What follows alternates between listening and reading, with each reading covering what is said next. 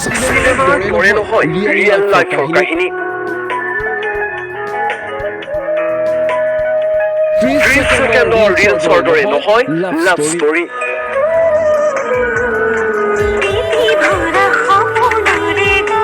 প্ৰেম কৰক কিন্তু অন্ধ নহব।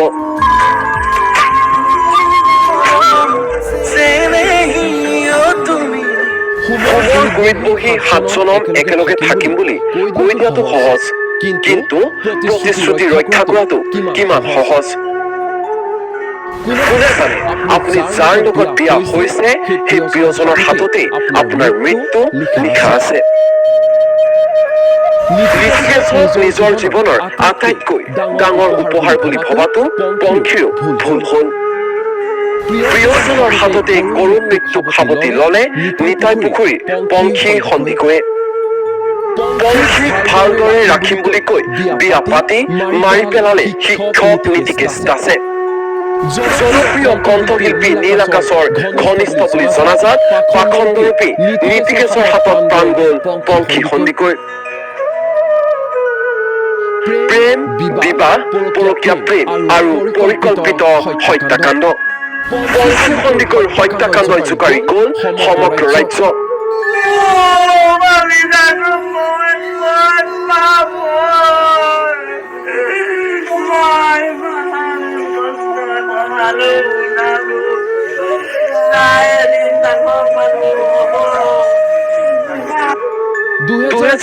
চনৰ 3 অক্টোবৰ বিবাহপাশত আবদ্ধ হৈছিল নিতাই পুখুৰীৰ পংখী সন্দিকৈ আৰু চৰাইদেউৰ সাপেখাতিৰ 1 নং কঠীয়া খুন্দাৰ শিক্ষক নীতিকেশ দাস। প্ৰথমে ফেচবুকত চিনাকি, পিছলৈ প্ৰেম আৰু 3 অক্টোবৰত সামাজিকভাৱে বিবাহপাশত আবদ্ধ হৈছিল দুয়োগৰাকী। পংখী সন্দিকৈ আছিল এগৰাকী মেধাৱী ছাত্ৰী। শিৱসাগৰ কলেজ জয়সাগৰৰ পৰা ইংৰাজী বিষয়ত স্নাতক ডিগ্ৰীধাৰী পংখীয়ে ডিব্ৰুগড় বিশ্ববিদ্যালয়ৰ যুৱ মহোৎসৱত কবিতা আবৃত্তিত সোণৰ পদক লাভ কৰিবলৈ সক্ষম হৈছিল।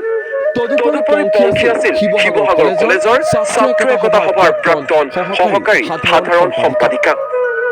বাকী এইটো নৰপিশাচৰূপী পাখণ্ড হত্যাকাৰী নীতিকেশ দাস আছিল এখন চৰকাৰী বিদ্যালয়ৰ শিক্ষক। তদুপৰি ৰাজ্যৰ জনপ্ৰিয় কণ্ঠশিল্পী নীল আকাশৰো অতিকে ঘনিষ্ঠ ভাতৃস্বৰূপ আছিল নীতিকেশ দাস। বিয়াৰ কেইমাহমান সকলো ঠিকেই আছিল।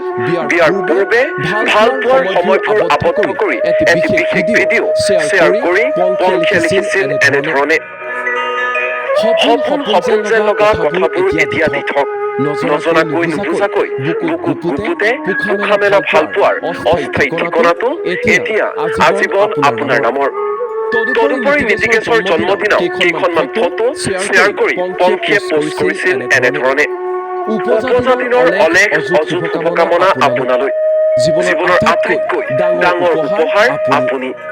ভগৱানে আপোনাক সদায় ভালে ৰাখক, মোৰ আয়ুসকলো আপোনাকে দিয়ক।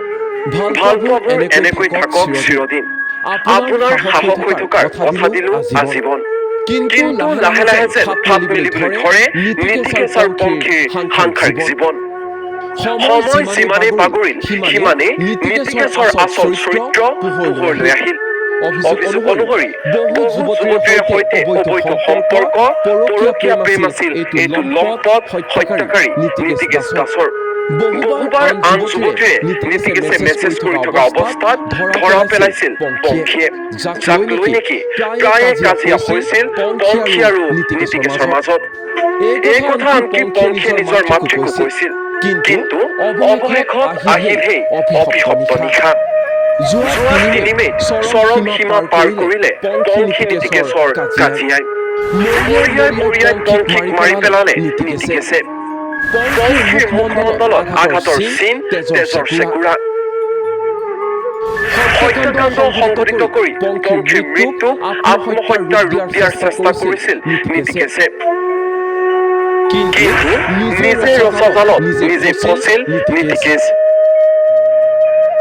নামৰূপ আৰক্ষীয়ে গ্ৰেপ্তাৰ কৰি জেললৈ প্ৰেৰণ কৰে হত্যাকাৰী নীতিকেশক। এতিয়া মোৰ ক'বলৈ কি আছে, মোৰ এডোখৰ মঙহ খাই পেলালে সি উচিত শাস্তি পাওক।